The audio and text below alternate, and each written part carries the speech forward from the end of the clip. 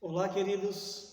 O título da mensagem de hoje é Exemplo para nós. É notório que os filhos seguem mais o exemplo dos pais do que os seus conselhos. Os discípulos de Cristo se espelharam tanto no exemplo do seu mestre que foram chamados de cristãos, pequenos cristos.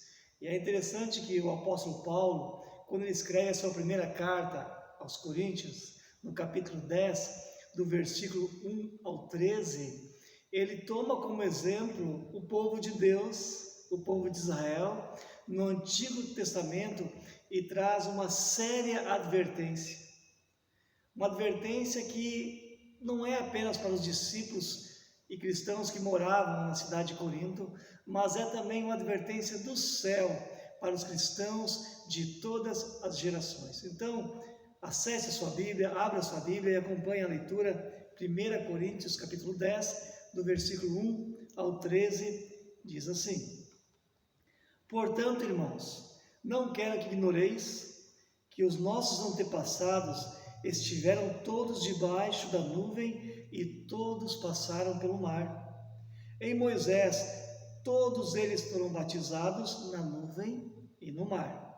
Todos comeram do mesmo alimento espiritual e todos beberam da mesma bebida espiritual, porque tinham a sede saciada pela rocha espiritual que os acompanhava, e essa rocha era Cristo. Entretanto, Deus não se agradou da maioria deles, e por isso seus corpos ficaram espalhados pelo chão do deserto. Esses fatos ocorreram como exemplo para nós, a fim de que não cobicemos o que é ruim, como eles fizeram.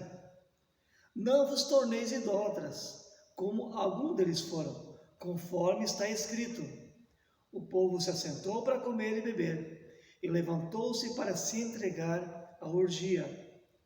Não nos entreguemos à imoralidade, como alguns deles assim agiram, e num só dia morreram cerca de 23.000. Não devemos pôr à prova a paciência de Cristo, como alguns deles fizeram, e por isso foram mortos pelas serpentes. E não vos entregueis à murmuração, como alguns deles resmungaram e foram mortos pelo destruidor. Tudo isso lhes aconteceu como exemplo, e foi escrito como advertência para nós, sobre quem o final dos tempos já chegou. Assim, aquele que julga estar firme, cuide-se para que não caia. Não vos sobreveio tentação que não fosse comum aos seres humanos, mas Deus é fiel e não permitirá que sejais tentados além do que podeis resistir. Pelo contrário, juntamente com a tentação, proverá um livramento para que possais suportar. Vamos orar. Senhor nosso Deus, obrigado pela Tua palavra, pelas Tuas promessas benditas. Obrigado porque, independente do deserto que temos que atravessar, nós podemos contar com a Tua graça, com as Tuas promessas, com a Tua presença, Senhor. Concede nessa hora também o Teu falar, o Teu tocar, o Teu agir em cada coração, em cada vida que está ouvindo essa mensagem, para ser abençoado. Assim nós oramos, em nome de Jesus. Amém. Amém, irmãos?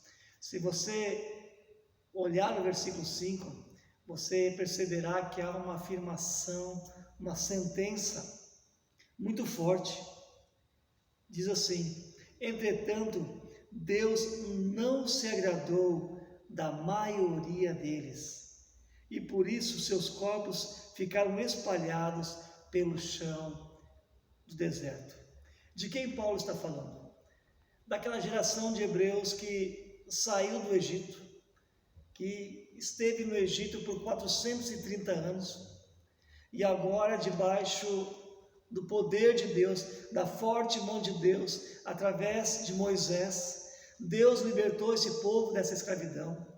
Com sinais, com maravilhas, o Egito ficou para trás, destruído com 10 pragas. E diante do Mar Vermelho, Deus abriu o mar e o povo passou e o faraó e seu exército ficaram afogados naquele mar. Ou seja, Deus fez maravilhas, Deus fez coisas extraordinárias. Agora Deus estava conduzindo esse povo à terra prometida. Só que entre o Egito e Canaã, entre o Egito e essa terra prometida, havia um deserto. Um deserto a ser atravessado. E eu quero tomar essa figura como uma metáfora, porque a jornada da vida aqui na terra, ela pode ser comparada a um caminho no deserto. Porque assim como o deserto oferece tantos riscos, tantos perigos, assim também é a nossa caminhada nesse mundo. Jesus falou: no mundo tereis aflições. Então a vida aqui na terra tem constantes desafios, constantes lutas, provações, tentações. Por isso a nossa vida pode ser comparada com esse deserto, com essa caminhada, e nós estamos no caminho também, a nossa Canaã celestial, ao céu. Mas nesse caminho também nós encontramos, assim como o apóstolo Paulo faz menção aqui, de que a maioria deles, a maioria do povo de Deus não entrou na terra prometida, mas ficou prostrado, espalhado pelo chão do deserto. E é interessante que nesse caminho que andamos, na nossa vida, nós também encontramos tantas e tantas pessoas andando, vagando, prostradas, caídas, espalhadas à beira do caminho. Mas não vamos pensar apenas nos outros, vamos pensar em nós. Será que nós estamos andando ou nós estamos prostrados no deserto? Creio que Deus tem uma palavra ao seu coração de uma maneira muito clara, para que cada um possa estar agora olhando para a sua vida, porque muitas vezes, queridos, nós nos identificamos com esses personagens bíblicos. Jesus foi levado ao deserto para ser tentado. Elias e tantos outros profetas também estiveram no deserto. João Batista também esteve no deserto. O povo de Deus é um povo que atravessa desertos, mas nós podemos contar com a graça e com a presença do Senhor. A caminhada no deserto, a vida neste mundo não é fácil, há constantes perigos, há constantes desafios. No deserto, os dias são muito quentes, o calor é de rachar e a noite é de congelar, sem falar dos perigos de escorpiões, de cobras, da escassez de água e de alimento. Assim também a nossa vida, cada dia tem seus desafios, suas lutas, seus perigos, e um dos riscos, amados, que nós corremos é de nos acostumar ao deserto, de achar que a vida é uma vida mesmo atribulada, que a vida é uma vida sofrida, que a vida que Deus tem para nós é só isso mesmo, cheio de lutas, cheio de dificuldades, só tribulação, só dor, só provação. E se acostumar a uma vida como essa, ao ponto de achar que não há nada melhor, que Deus não tem nada melhor para nós, que nós temos que nos contentar com isso, que a nossa vida é uma vida miserável mesmo, é uma vida qualquer, uma vida desprezível. Não, isso não é verdade. Jesus veio para nos dar uma vida e vida em abundância. Não significa que não passamos por dificuldade, mas significa que nós temos, assim como esse povo, em meio a um deserto, experimentava os milagres do céu.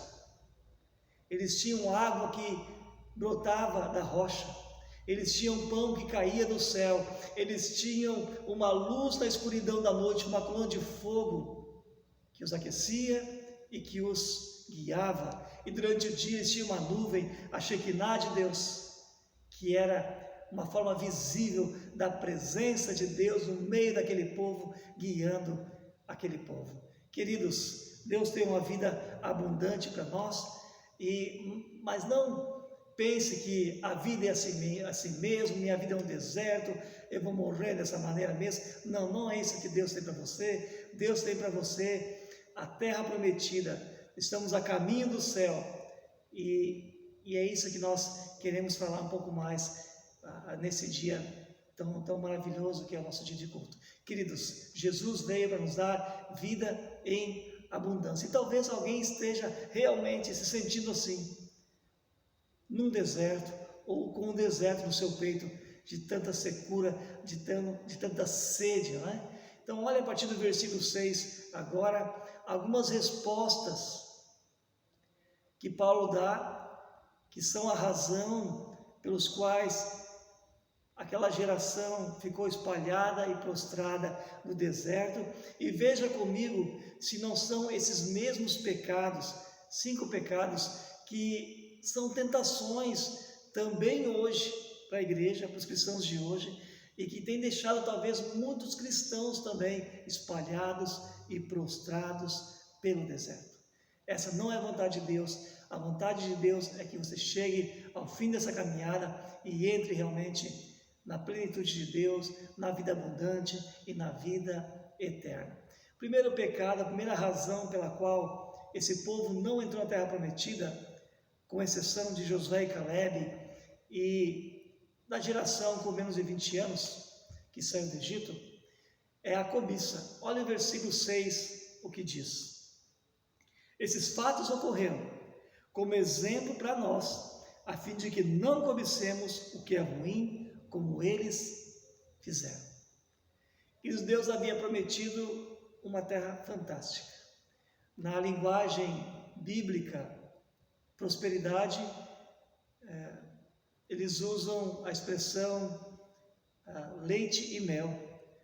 Ou seja, Deus havia preparado uma terra maravilhosa, uma terra em que eles não haviam cultivado, mas uma terra fértil, uma terra abençoada, onde escolheriam do melhor, onde haveria fartura para esse povo.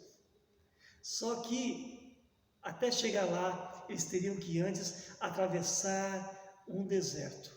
Só que nesse deserto, eles não estavam sozinhos, Deus estava com eles. E é isso, queridos, que eu quero trazer agora para nós. Nós estamos nessa vida, nós passamos por dificuldade, por lutas, é um deserto, mas nós não estamos sozinhos. E quem tem Deus no deserto, tem tudo o que precisa para ter uma vida abençoada. O nosso Deus é um Deus presente, é um Deus fiel, é um Deus provedor. Passamos por desertos, mas podemos contar assim com a bênção de Deus, com a água que flui da rocha, com o pão do céu, com a proteção, seja no momento mais escuro da nossa vida. Lá está a Shekinah do nosso Deus, lá está a nuvem do Senhor, a presença do Senhor, provendo, suprindo cada necessidade, sendo nosso protetor, sendo nosso provedor. E essa é a grande bênção de viver com Deus. Nós andamos em desertos, mas nós não andamos sozinhos. Agora, qual foi o pecado desse povo? O pecado de cobiçar. Eles tinham tudo o que precisavam, eles tinham a Deus, mas mesmo assim eles não estavam satisfeitos. Eles estavam indo em direção a Canaã, mas o coração deles estava voltando para o Egito. Eles saíram do Egito, mas o Egito não saiu deles. Assim como Adão e Eva, que estavam no paraíso, estavam no jardim do Éden e tinham tudo o que precisavam, mas eles queriam algo mais. Assim, esse povo de Deus, no Antigo Testamento, tinham tudo o que precisavam, mas queriam algo mais. Estavam em direção a uma terra que manava leite e mel, uma terra de prosperidade, mas eles estavam sonhando com o Egito, com as cebolas do Egito. E o que é cobiçar? Cobiçar é desejar algo que Deus não nos tem dado. E esse é um pecado que desagradou a Deus. Esse povo começou a não ser grato com aquilo que Deus havia dado, mas começou a desejar aquilo que Deus não tinha para eles, aquilo que não era da vontade de Deus para eles. E hoje também é assim, amados. Quantas pessoas são tão abençoadas por Deus, têm tudo o que precisam para uma vida feliz, tem a Deus, não falta comida, não falta moradia, não falta pessoas que estão ali como família, ajudando, irmãos na igreja, mas as pessoas nunca estão satisfeitas com aquilo que Deus tem dado a elas. Estão muitas vezes mais preocupados com o que Deus tem dado a outro.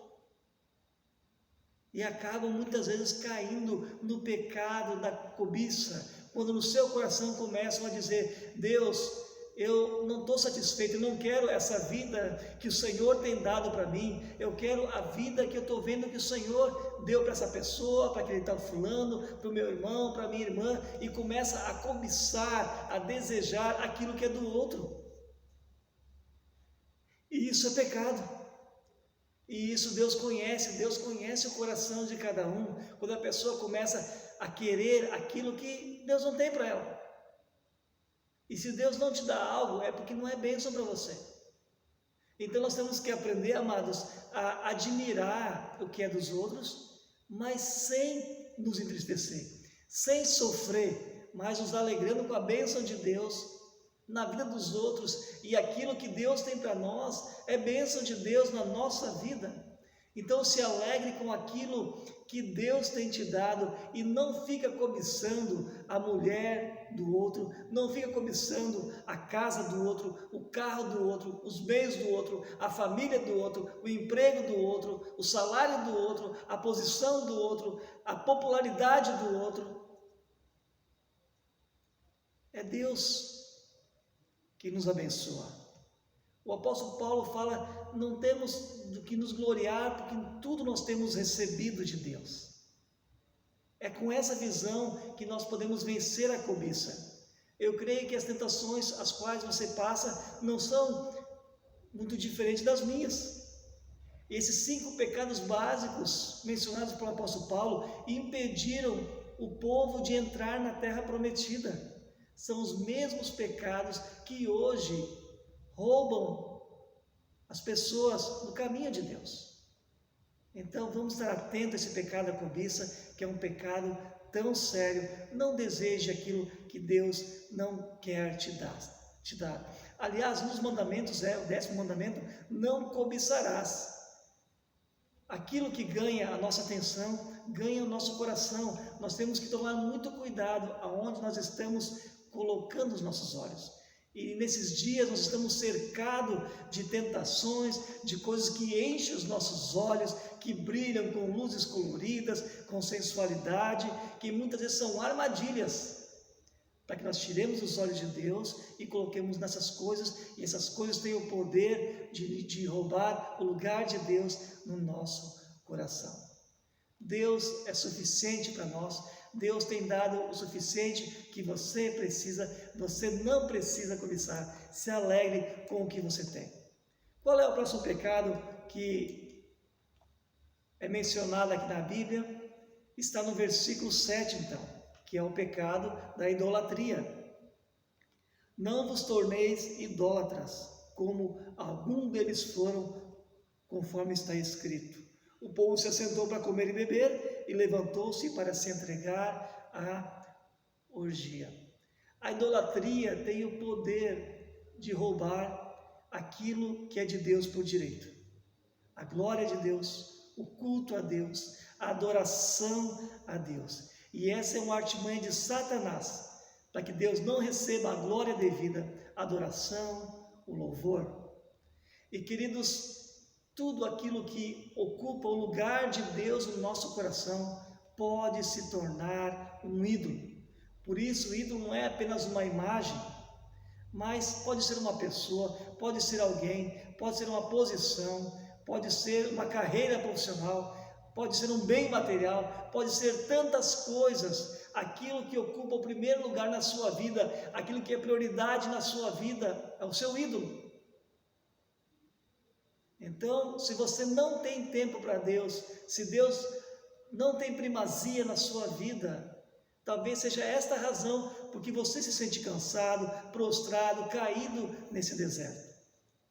Então atente para isso. Esses exemplos foram deixados para nós, para que nós não caiamos nesse mesmo pecado que trouxe tamanha desgraça ao povo de Deus. Quer saber o que é prioridade na sua vida? Faça uma análise.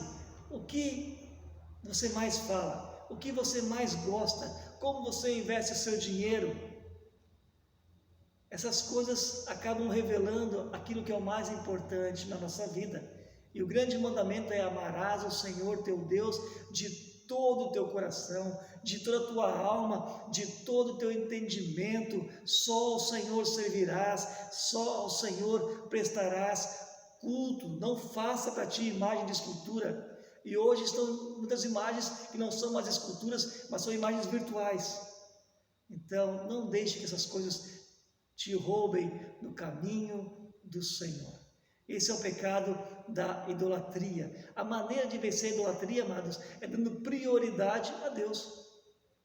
Que Deus tenha primazia na sua vida, na sua agenda diária, na sua casa, na sua família, e assim você vai realmente estar andando nesse caminho com a bênção do Senhor, desfrutando de uma vida abundante. Quer uma vida melhor? Adore a Deus de todo o seu coração e não dê lugar à idolatria. Em terceiro lugar, está no versículo 8, que é a imoralidade. Diz assim: não nos entreguemos à imoralidade, como algum deles assim agiram, e num só dia morreram cerca de 23 mil pessoas. Num só dia. Tantas pessoas morreram por causa desse pecado, que é o pecado da impureza, o pecado da imoralidade. E o que é a imoralidade? Imoralidade designa todos os pecados de natureza sexual, desde o sexo antes do casamento, o sexo fora do casamento, que é o adultério, a prática da homossexualidade e a pornografia. São pecados que trazem a indignação de Deus, que trazem o juízo de Deus sobre as pessoas. E hoje, queridos, esses pecados como nunca são aceitos, são tolerados, são praticados, mas não se enganem. Deus não mudou os seus princípios, Deus não mudará os seus princípios. O céu e a terra passarão, mas a palavra do Senhor não passará. Deus não mudou, Deus não mudará. Deus continua considerando inaceitável esses pecados. Hebreus 13:4 diz que Deus julgará os imorais e os adúlteros. E muitas pessoas estão hoje cansadas, muitas pessoas estão à beira do caminho, muitas pessoas estão prostradas, estão se arrastando pela vida, estão vivendo numa secura, numa esterilidade, numa dureza, numa sofrência, por causa da prática desse pecado. Então, meu amado, se você vive nesse pecado, rompa com ele já, sabe? Abandone esse pecado, confesse a Deus, busque ajuda, sabe? Enche seu coração da palavra do Senhor, da vontade de Deus, dependa de Deus e você vai ser liberto, você vai vencer esse pecado também. Continue firme nos caminhos do Senhor. Outro pecado, queridos, que o apóstolo Paulo faz menção, está no versículo 9, que é o tentarmos a Deus. Diz assim: não devemos pôr à prova a paciência de Cristo, como algum deles fizeram, e por isso foram mortos pela serpente. Queridos, o povo dizia: Moisés, por que Deus os tirou do Egito? Por acaso não havia sepulturas no Egito que tivéssemos que vir para o deserto para serem enterrados, para morrermos aqui, para sermos espalhados aqui? O povo murmurava contra Deus e contra Moisés, contra a sua liderança, e isso chegou aos ouvidos de Deus. Isso desagradou a Deus, porque eles estavam tentando a Deus, estavam provando Deus. Nenhuma geração havia até então, e nem depois disso, nenhuma geração viu tantos prodígios, tantos milagres, tantos sinais como aquele povo viu. E mesmo assim, esse povo deixou que o seu coração fosse tomado pela incredulidade. e tentou a Deus. Queridos, esse é o pecado sutil. Esse é o pecado que levou tantas pessoas a morrerem, sendo picadas por serpentes. E serpente é sempre uma figura para Satanás. Tem tantas pessoas hoje sendo feridas, tantas pessoas morrendo, se arrastando, caídas por causa desse pecado de estar tentando a Deus. Não tente a Deus. Cuidado quando você chega diante do Senhor ou você ouve pessoas com uma vida totalmente desonesta, determinando que Deus as abençoe. Tentar a Deus é exigir que Deus faça algo que é contrário à sua vontade. Tentar a Deus, provocar a Deus, pôr o ser à prova, querer que Deus faça algo que é contrário ao caráter, à natureza de Deus. E isso é errado, isso é pecado. A pessoa vive uma vida desregrada, uma vida cheia de pecados, não se arrepende, peca conscientemente, mas mesmo assim pensa que pode fazer uma barganha com Deus e dar um dízimo, dar uma contribuição e depois querer exigir e cobrar que Deus a abençoe. Isso é pôr Deus à prova. Temos cuidado com esse pecado. Se Deus tirar a sua graça de sobre nós, nós seremos consumidos. Em Romanos 8, o apóstolo Paulo é muito claro ao dizer: se Deus é por nós, quem será contra nós? Agora, se Deus for contra nós, quem será por nós? Então, cuidado, seja humilde, ande em reverência, em temor ao Senhor. Não ponha o Senhor à prova. Ele não precisa ser tentado, ele não precisa ser provado dessa maneira, porque ele é fiel, ele é o bom pastor, ele anda conosco até no vale da sombra da morte, ele nos protege, ele nos abençoa. Confie nesse Deus, ande com ele, adore-o, mesmo no olho do furacão, adore ele nas provações, adore ele no deserto, adore em meio às adversidades, adore em meio às lutas, e você verá que Ele te sustentará, que Ele te guiará, que Deus é fiel. Vamos adiante. O quinto pecado, então, e último é o pecado da murmuração, versículo 10, diz: e não vos entregueis à murmuração, como alguns deles resmungaram e foram mortos pelo destruidor. Meu irmão, Deus odeia a murmuração. E num só dia, Ele fez com que 14 mil pessoas morressem por causa da ingratidão. Queridos, a ingratidão é algo terrível. Leva as pessoas a murmurar, a resmungar, a reclamar, a nunca estar satisfeita com aquilo que tem. É um descontentamento com tudo, com todos e até com Deus. O murmurador, ele se acha certinho. O culpado sempre é o outro, é as pessoas, ele não. A murmuração, amados, é a linguagem do diabo. E isso não deve ter lugar na boca, no coração do cristão. O povo de Deus é um povo chamado para ter uma nova maneira de falar, com hinos, com salmos, com cânticos espirituais. Quer dizer isso? É a palavra de Deus no coração, é um linguajar de fé, de dependência do Senhor, de encorajamento, de gratidão, de adoração.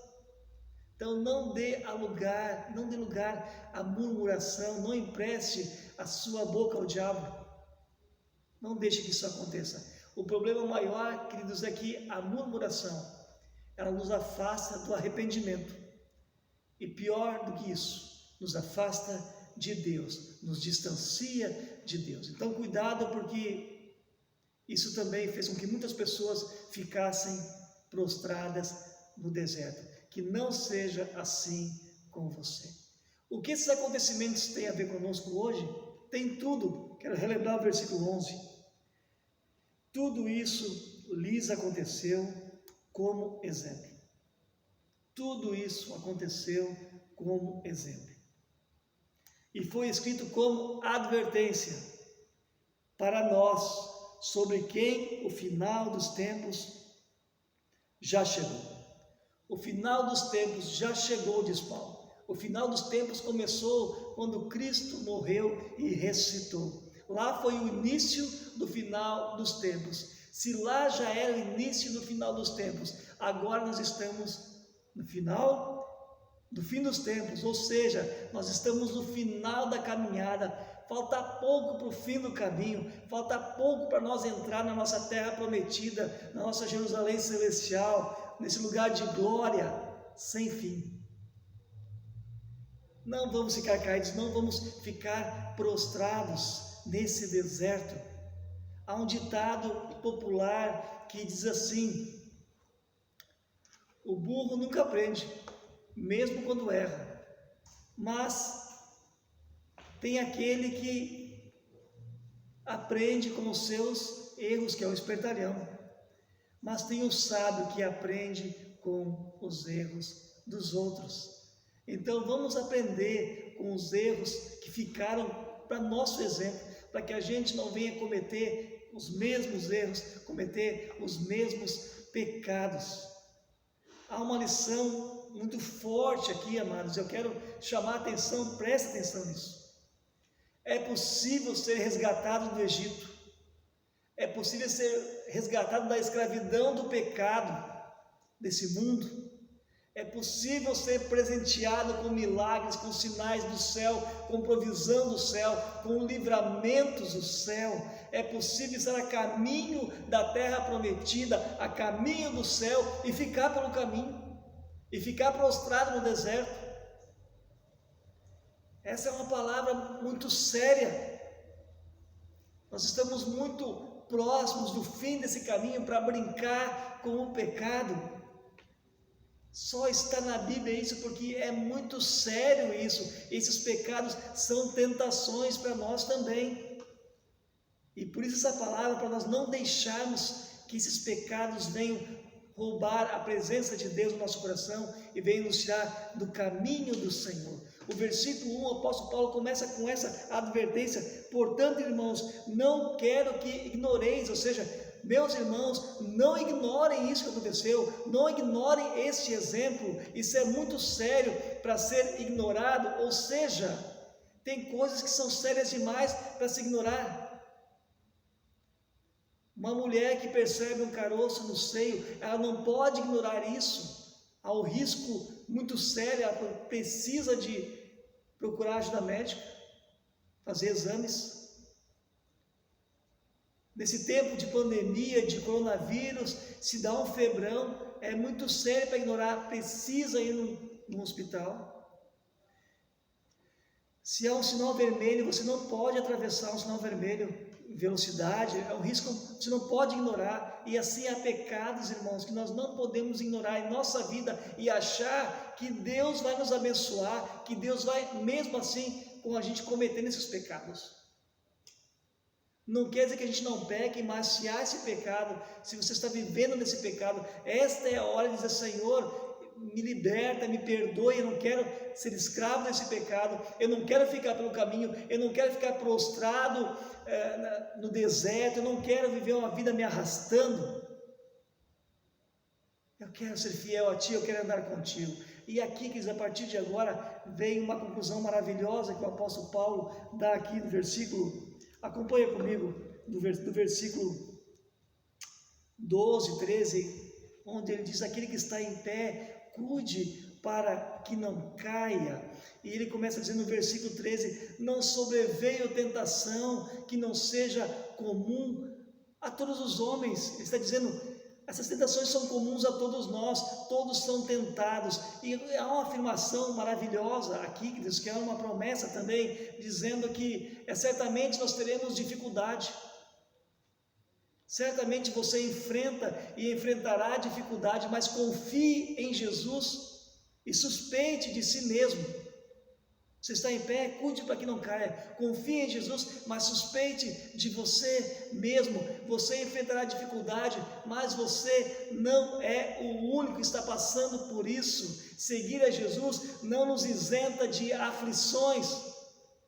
Agora tenha certeza que as provações que você passa, as tribulações que você está enfrentando, as dificuldades que você está passando, não são surpresas para Deus.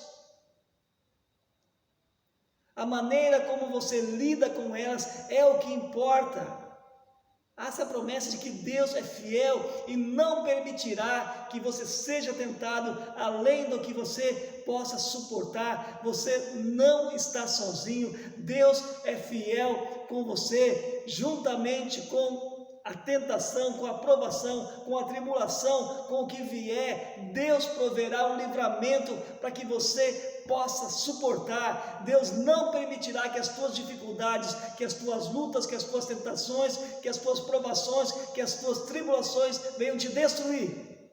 Elas não serão mais difíceis do que você possa suportar. Essa é uma promessa de Deus para você. Você pode se sentir fraco, mas é na tua fraqueza que se aperfeiçoa o poder de Deus. Você pode se sentir pequeno, mas Deus é grande. Então confie nesse Deus, adore esse Deus, dependa de Deus e você será capaz de lidar com qualquer que seja as tuas dificuldades, provações, tentações, e você será vitorioso, você será bem-sucedido se você depender do Senhor e da sua graça. Em todo momento de tentação, Deus estará presente, te dando força, te dando a graça suficiente para você vencer. Há situações difíceis? Há sim. Agora, são insuportáveis? Não. Em meio às tuas dificuldades, em meio às lutas, Deus proverá uma saída para você. Anime-se. Nós temos uma caminhada linda.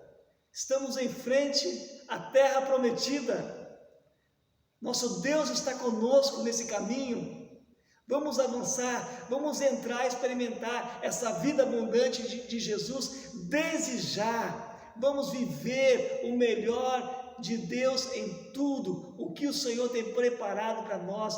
Vamos desfrutar, vamos viver. Essa é a vida que vale a pena. Não comprometa o seu compromisso com Deus por causa dos pecados. Se você está vivendo em pecado, diga não agora a esse pecado e mude de vida hoje e comece a andar no caminho do Senhor e comece a marchar e comece a correr ao encontro do Senhor.